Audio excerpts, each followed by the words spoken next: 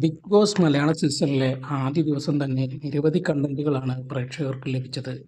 അനീഷ്, റെന ഫാത്തിമ, രേണു, ഷാനവാസ് എന്നിവരെല്ലാം നെഗറ്റീവായാലും പോസിറ്റീവായാലും മികച്ച രീതിയിൽ തന്നെ സ്ക്രീൻ സ്പേസ് സ്വന്തമാക്കി. തലവേദനയെച്ചൊല്ലി അഭിലാഷും രേണുവും തമ്മിലുള്ള ഷാനവാസും അനീഷും തമ്മിൽ നടന്ന ഏറ്റുമുട്ടലുകളായിരുന്നു ഇന്നലത്തെ എപ്പിസോഡിലെ ഹൈലൈറ്റ്. അഭിലാഷും രേണുവും തമ്മിലുള്ള തർക്കത്തിൽ യഥാർത്ഥത്തിൽ അഭിലാഷാണ് സ്കോർ ചെയ്തത്. അഭി പോയി ചൊറിഞ്ഞപ്പോൾ രേണു പുറത്തു ചാടി. വേദനിക്കുന്ന തലയും കുലുക്കിയുള്ള രേണുവിൻ്റെ പോക്ക് കണ്ടപ്പോൾ തന്നെ ആളുകൾക്ക് മനസ്സിലായി ഇത് ഫേക്കാണെന്ന്. തലവേദന ഏതൊക്കെ ആർക്കും ഈസിയായി പറയാൻ പറ്റുന്ന ഒരു സാധനമാണ്. ആർക്കും അത് പെട്ടെന്ന് കണ്ടുപിടിക്കാൻ സാധിക്കില്ല. ഷാനവാസും അനീഷും തമ്മിലുള്ള തർക്കം കണ്ടപ്പോൾ വലിയ ചിരിയാണ് വന്നത്. നല്ല സാധനമായിരുന്നു അത്, കണ്ടിരിക്കാനുള്ളതുണ്ടായിരുന്നു. അവിടെ അനീഷ് കളിച്ചു, സ്ക്രീൻ സ്പേസും കിട്ടും. ചിലർ അങ്ങനെയായിരുന്നു. ഒരു മത്സരാർത്ഥിക്ക് നിർബന്ധമായും തൻ്റേതായ ഒരു കണ്ടന്റ് കൊടുക്കണമെന്ന വാശി ഉണ്ടായിരുന്നു. അതിനുവേണ്ടി ഇങ്ങനെ നടക്കും. അങ്ങനെ എവിടെ നിന്നെങ്കിലും കണ്ടന്റ് കിട്ടി 4 ഒച്ചയും ബഹളവും ഉണ്ടായി കഴിഞ്ഞാൽ ഇനി രേണുസുതി കാണിച്ച മാതിരി ഇന്നത്തേക്കുള്ള കണ്ടന്റായി.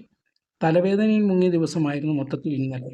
ഇതിന് ഇടയിൽ തന്നെ വലിയ തോതിൽ സൈഡായിപ്പോയ ആളുകളുണ്ട്. ബിൻസി, ബിന്നി, ഒനീൽ, നവീൻ എന്നിവരൊക്കെ പ്രതീക്ഷിച്ച പ്രകടനം കാഴ്ചവെച്ചില്ല. ഒനിയിലൊക്കെ വരും. നവീൻ യഥാർത്ഥത്തിൽ ഇങ്ങനെയല്ല, നല്ല എനർജിയുള്ള വ്യക്തിയാണ്, തുടങ്ങിയിട്ടല്ലേ ഉള്ളൂ. എന്നിരുന്നാലും വേണ്ട പ്രകടനം കാഴ്ചവെച്ചില്ലെങ്കിൽ അടുത്ത ഏവിയേഷനോടെ പുറത്തേക്ക് പോകാനുള്ള സാധ്യതയും മുന്നിൽ കിടക്കുന്നുണ്ട്. അപ്പാത്തി ശരത്തിൽ നിന്നും ഒരിക്കലും പ്രതീക്ഷിക്കാത്ത പ്രകടനമാണ് ഉണ്ടായത്. നല്ല രീതിയിൽ ചൊറിയുന്നുണ്ട് അപ്പാനി.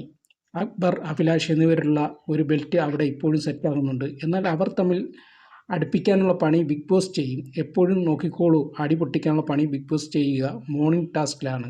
രണ്ടാമത് അടി പൊട്ടിക്കാനുള്ള ഹോട്ട്സ്റ്റാറിൻ്റെ ടാസ്കിലാണ്. അവിടെയുള്ള ആണ് ഇതിൻ്റെ കളികൾ കിടക്കുന്നത്. നാളെ രാവിലെ മുതൽ അവി കയറി രേണുവിനെയും അനീഷിനെയും അടുത്ത ആളെയും പിടിക്കും. ഇത് ഇങ്ങനെ നിരന്തരമാകുമ്പോൾ വ്യക്തിവൈരാഗ്യം വരികയും അവിടെ കളി മാറുകയും ചെയ്യും.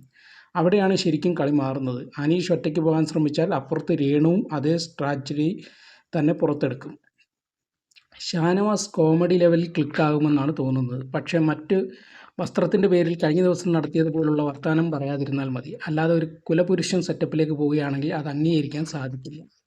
ഗിസേലിൻ്റെ അടുത്ത് പോയിട്ട് നിങ്ങളുടെ വസ്ത്രം മോശമാണെന്ന് പറഞ്ഞാൽ അവർ എടുത്തിട്ട് അടിക്കും. ബിഗ് ബോസ് ടീമിനും പ്രേക്ഷകർക്കും ഒക്കെ എല്ലാവർക്കും ആവശ്യം അടിയാണ്. പക്ഷേ 2-3 ആഴ്ച ആകുമ്പോഴേക്കും മികച്ച സ്റ്റോറി ലൈൻ വേറെ വരും.